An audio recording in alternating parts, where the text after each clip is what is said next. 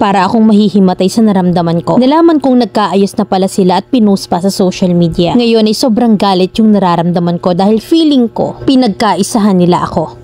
May nakilala akong lalaki sa company na pinagtatrabahuhan ko. 23 ako at ganon din naman siya. December 2024 nung nagkahiwalay kami ng ex ko. At March ko naman siya nakilala dahil nireto siya sa akin ng kawork ko. Mabait, mayaman ang pakilala sa akin ng mga kasama ko. Single siya nung nakilala ko at ganon din naman ang sabi niya sa akin. Mas mataas yung position ko sa kanya kasi promo siya at ako naman ay sa back office. Nung araw na pinakilala siya sa akin ay yun din yung araw na kinausap niya ako at pinursiging makilala ako. At ilang araw muna bago ko siya kinausap. Grabe yung pagsuyo niya sa akin to the point na nag-aantay siya sa labas ng work na kahit na mas nauna pa akong umuwi sa kanya at hindi niya alam yon. Wala pa siyang contact sa akin nun hanggang sa nakuha na niya yung aking Facebook at doon na nagsimula yung kalbaryo ko sa kanya. Nalaman kong Muslim pala siya. Nung una wala naman talaga akong pakialam sa kanya lalo na't nung una hindi naman ako interesado. Magaling siyang magsalita na kesyo anak nga daw siya ng mayor at libangan lang daw niya yung mag-work dahil boring siya. Nagtaka ako na parang dami account yung Facebook niya kasi nung inisto ko siya iilan lang yung friends niya. So ang sabi niya tinatago niya daw ang pagkatao niya kasi nga daw anak siya ng mayor at dati rin siyang army. Na dun pa lang naghinala na ako. 2 weeks ago ay naging consistent siya sa paghatid at sa pag-uusap namin. Pinapahawak niya na rin ang phone niya sa akin kasi nga naghihinala na ako. Ngayon nga ay nahulog na ako sa kanya. Nagdesisyon ako na sumama sa kanila kasi nga daw ipapakilala ako sa mga tito niya at pinsan. Okay naman at wala naman ako nakitang kahinahinala sa kanila. Doon ako natulog at doon ko na ibigay ang hindi dapat ibigay. Iniisip ko na magbabago siya kasi nga nakuha na niya yung gusto niya pero mali ako. Hindi naman siya nagbago at ganun pa rin siya. Hanggang sa isang araw habang nag-scroll ako sa Facebook ay nakita ko yung main account niya. Kinumpronta ko siya at dun ko lang mismo nalaman na may jowa pala siya at katrabaho din namin. Na magka-live-in pala sila. Gumuho yung mundo ko nung nalaman ko yun. Inamin niya sa akin lahat at sinabi niya na gustong gusto niya raw hiwalayan yung babae. 30 years old na yung babae at mas matanda sa amin. Masasabi ko na mas maganda at mas sexy ako. Nakipaghiwalay ako sa lalaki pero ayaw niya, tinatakot ako na magpapakamatay siya. Luluhod daw siya sa akin para daw hindi ko lang iwan. Malat din yun sa company namin at ang mali lang kasi akala ng iba na aware ako na may jowa si boy. Nag-decide akong hiwalayan siya pero siya tong mapilit. Pinapili ko siya at sinabi kong hindi pwedeng dalawa kami at pinili niya ako. Mahal na mahal ko man ang lalaki pero hindi ako papayag na dalawa kami. Nagsinungaling pa siya sa akin na wala na daw si babae at umalis na pero hindi pa rin ako naniwala na wala na. Hanggang sa nag-imbestiga ako at nalaman ko na magkasama pa rin pala sila. Dumating sa point na sukong-suko na ako hanggang sa kinausap ako mismo ng babae. Nagmamakaawa siya sa akin at ang sabi niya ako na lang daw yung lumayo kasi wala daw siyang mapupuntahan kapag naghiwalay sila ng boyfriend ko. Ginawa ko yun, iniwasan ko at hiniwalayan ko. Pero itong si Boy ang gumawa ng paraan para magkausap kami kahit na nakablock siya sa lahat ng account ko. Ginawa niyang lahat para suyuin ako hanggang sa lumambot na naman ang puso ko. Naging kami habang magkasama sila sa isang bahay at pumayag ako doon. Dahil nga mahal ko at naawa ako sa babae. Pumayag ako kasi every time na uuwi yung boyfriend ko sa bahay ay halos naka-video call hanggang umaga naman kami. Nag-chat sa akin ng babae na kesyo mag-isip daw ako kasi itong si lalaki daw ay tuwing magkaaway kami ay yung babae yung binabalikan at sinasaktan. Tinututukan daw siya at inuumpog sa pader. Hindi naman ako naniwala kasi wala naman akong nakikita na galos sa kanya. Tumala yung trust issue ko kasi wala akong katahimikan kahit pa araw-araw niya akong kausap at ka-video call. Palagi na kami nag-aaway at sinasabihan niya rin ako na nagsasawa na raw siyang magpaliwanag sa akin. Na inaantay lang daw niya na makauwi si babae sa province nila at magiging tahimik na kami. Pero hindi pa rin ako naniwala. Araw-araw ko siyang inaaway at sinasabi ko na hiwalayan na lang ako at bitawan na lang kung hindi niya mapapaalis yung babae na yon. Pinagsalitaan ko siya ng masasama at na-hospital siya sa sobrang sakit ng ulo. Nag-text sa akin ng ex niya at dinala daw sa ospital yung boyfriend ko dahil hindi daw kinaya yung sakit ng ulo. And then yung mismong araw na nakikipaghiwalay ako, sinabi sa akin ng ex niya na depression daw kaya ganun yung lalaki. In short ay nagkaayos ulit kami ni Boy. Hindi ko na rin siya inaway kahit na araw-araw ako nagsasuffer ng hinala ko. Hanggang sa isang araw naisipan kong antayin silang makalabas. Nauuna kasi akong lumabas at hindi ko na kailangan pang pumila. Inaabangan ko kung sabay ba silang umuwi. At hindi nga ako nagkamali kasi nauuna lang si babae at sumunod lang si lalaki. Na nagkunwari lang yung dalawa na bumibili sa butika. Nanginginig yung katawan ko sa galit. Tinawagan ko yung boyfriend ko at tinanong ko kung asan siya at sinabing pauwi na raw siya. Na which is kabaligtaran ng sinasabi niya. Sobrang sakit na harap-harapang nagsisinungaling sa'yo yung tao. Sinabi ko na mag-uusap kami at dun nga ay sumabog yung galit ko. Nakita ko si babae na lumabas sa butika at nung sinundan ko pinagsasampal ko. At kung ano-anong masasakit na salita yung sinabi ko sa kanya. Pero ganun pa rin siya. Pinapanindagan niya pa rin yung pagiging sinungaling niya. Para ako mahihimatay sa naramdaman ko. Nalaman kong nagkaayos sa pala sila at pinost pa sa social media. Na ngayon ay sobrang galit yung nararamdaman ko na feeling ko pinagkaisahan nila ako. By the way, pareho silang Muslim at mag-first cousin sila ng ex niya. Sa ngayon ay nasa healing process na ako at ngayon ngay alam kong nagkabalikan na rin sila. Mabasa mo sana yung kwento ko, Mami Len. Letter sender, Bev.